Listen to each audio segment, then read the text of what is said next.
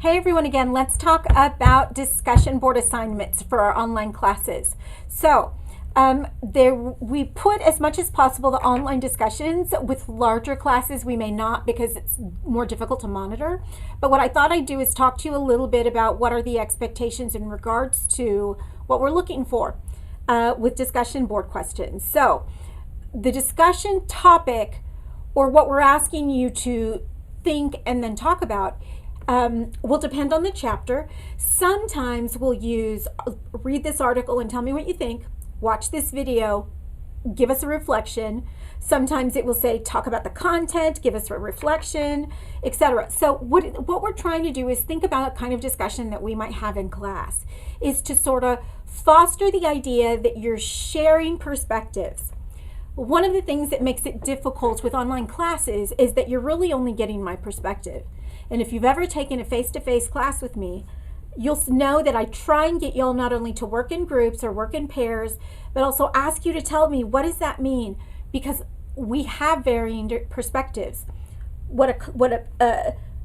Outside of the fact that yes, I'm a teacher, like a bunch of teachers, but I also have a history that I bring, a family, a culture, etc. So my perspective, though important, is not the only one. So by giving you an opportunity to talk to each other about specific content or topics, you're able to give your perspective about what you think the material means. Now think about what we might want to know. So let's say you've watched a movie or read an article. I'll ask you, talk about what the information meant to you. What struck you differently? Something that you kind of wonder. But remember, this all occurs in the context of an online course. So other people will be reading it. Be sure that you're using a language that incorporates the content that we're using. You may write a reflection, and then I'll ask you to talk to at least 2 peers. If it's a larger class, I'll ask you to do 3 or more. But most of them are fairly small, so I'll ask you to do 2. What am I expecting out of this? Let's go back to your response. Your response, you need to submit it at least within 36 hours before the due date. All right? Actually, 48 would be great.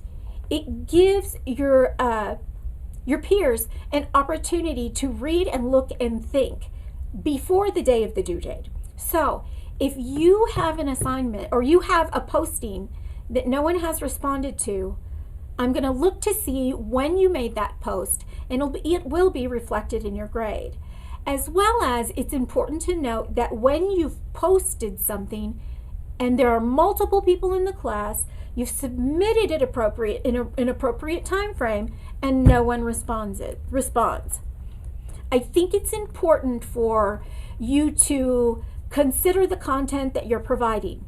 If it doesn't have anything to do with the time period in which it's submitted, I think you may need to, and this happens multiple times, not just one incident, let's have a conversation of why that might be.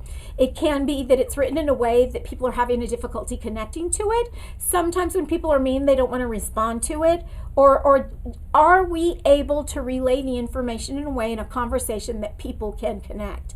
We can talk forever, and if nobody gets it, what sense or what purpose will it have, especially when it's speaking on behalf of others.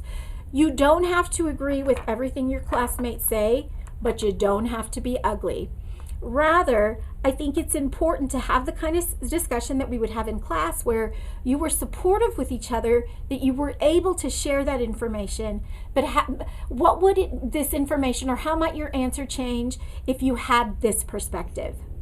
So sometimes with someone just explaining it in a different way, even for me, learning from y'all through explaining it from your own perspective, it's extremely enlightening, and y'all are very bright. So use the context from which you come to make sense of the information, as well as have a conversation, if you will, with your classmates.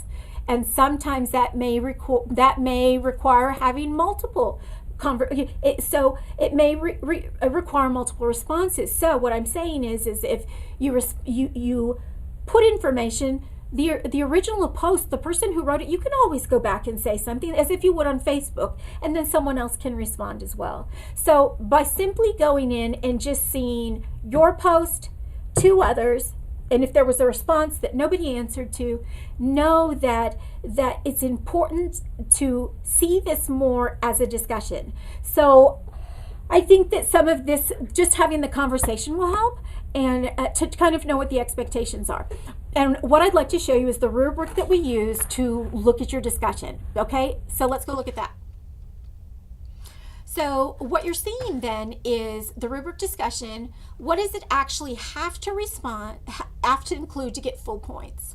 So you'll see here that the initial response to the question was timely, meaning it was up there long enough and early enough for their peers to be able to answer it. It's well thought out and considered. It includes the course information presented with the question, so make sure that you're answering the question. The student also replied to other students as required for that particular discussion, and grammar and punctuation were considered. Everything below that, you'll be able to see what is expected and how we'll kind of come up with those particular answers. Now remember, it's important to provide context, but if you're struggling with information in a way that if you explain it could potentially be helpful or hurtful, you might want to consider the post. For example, I have seen some posts where people will provide their opinion, and I absolutely love that, but that's not what I was asking for.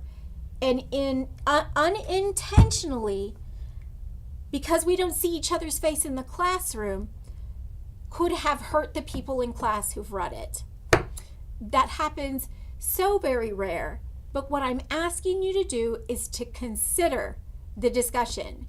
This is also the measure of that type of self-awareness that I'm going to share this information and potentially my perspective if Dr. Avalos has asked me to, but I also need to consider, not that you don't want to share your perspective, but personal enough information that is not required to fulfill the discussion or appropriate for that context.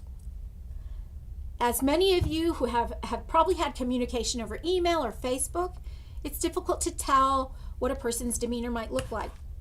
So try hard to remember that when you're doing discussions so that you are able to relay the information you need with the intent that you intend to, and then spark an academic conversation about the material being explored. Okay? So that's it for discussion board. Let me know if you have any questions. Thanks.